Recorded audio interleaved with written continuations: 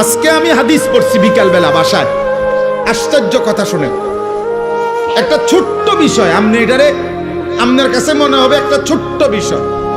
নামাজি ব্যক্তির সামনে যে সূত্রা দেয়, এটা বুঝেননি আপনারা? মানে নামাজি ব্যক্তির সামনে দিয়ে যাতে কেউ না যায়, কথা বুঝছেন কিনা?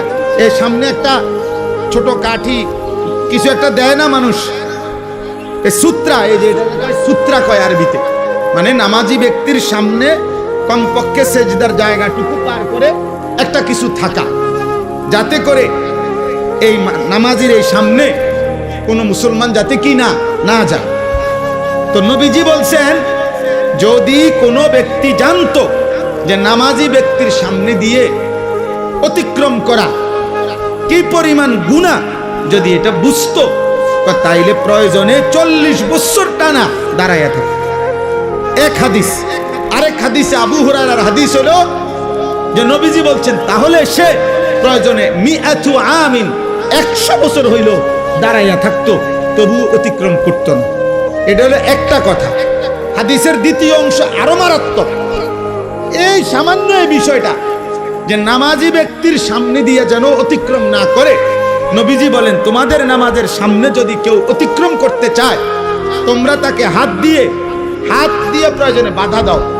যদি বাধা না মানে, তাহলে তুমি তোমার শক্তি প্রয়োগ করো, মানে হাত জোর করে ধরে রাখো, যেন কোনোভাবে তোমার হাত ধাক্কাইয়া সে যাইতে না পারে। নবীজি বলেন এরপরে শব্দ, ফা ইন্নামা হুয়া শাইতানুন, শাইতানুন, খোদার কসম নবী বলে, এর সামনে দিয়ে যে লোকটা চলে যাইতেছে নিশ্চয়ই সে শয়তান। কারে বলছে? এ মানুষ এটারে বলছে এটা শয়তান। কত ছোট্ট বিষয়, বিষয়টা সামান্য কিনা, কিন্তু নবীজি বলছে এটা শয়তান। নামাজি ব্যক্তির সামনে দিয়ে গেল কেন?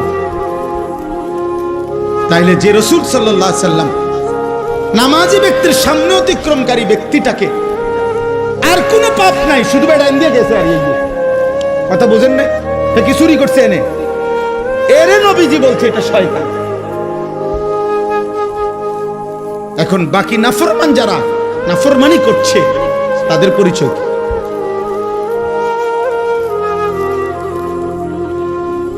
তাদের পরিচয় কি?